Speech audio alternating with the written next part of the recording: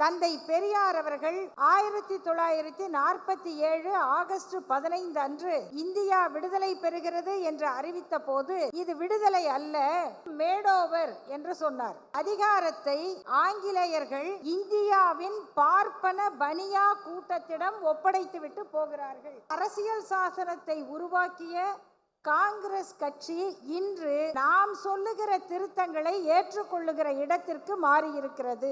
இந்தியாவின் முதல் அரசியல் சட்ட திருத்தம் இடஒதுக்கீட்டுக்காக நடந்தது.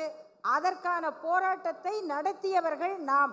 அந்த போராட்டத்தை அன்றைக்கு விமர்சனம் செய்த காங்கிரஸ் இயக்கம் இன்றைக்கு ராகுல் காந்தி அவர்கள் அறிவிக்கிறார், நாங்கள் இந்தியா கூட்டணி ஆட்சிக்கு வந்தால் ஜாதிவாரி கணக்கெடுப்பு நடத்துவோம், அது கிட்டத்தட்ட வகுப்புவாரி உரிமைக்கு இட்டு செல்லும். இந்த மாற்றம் ஏற்பட்டிருக்கிற இந்த சூழலில் இதற்கெல்லாம் இடமளிக்க கூடிய பிளெக்சிபிள் டாக்குமெண்ட் என்று பாபா சாஹேப் டாக்டர் அம்பேத்கர் அவர்கள் வர்ணித்த அந்த பிளெக்சிபிள் டாக்குமெண்ட் மக்களுடைய தேவைக்கேற்ப மாறுதலுக்கு உட்படக்கூடிய அமைப்பை கொண்ட இந்த அரசியல் சாசனத்தை காப்பாற்ற வேண்டும் என்று நாம் குரல் கொடுக்கிற இந்த காலகட்டத்தில் ஆகஸ்ட் 15 இந்தியாவுக்கு சுதந்திரமே இல்லை, ராமர் கோயில் கட்டிய நாள் தான் இந்திய சுதந்திரத்திற்கான நாள், அதுதான் எங்களுக்கு விடுதலை நாள் என்று நமக்கு எதிர் தத்துவத்தை கொண்ட RSS தலைவர் மோகன் பகவத் அறிவித்திருக்கிறார்.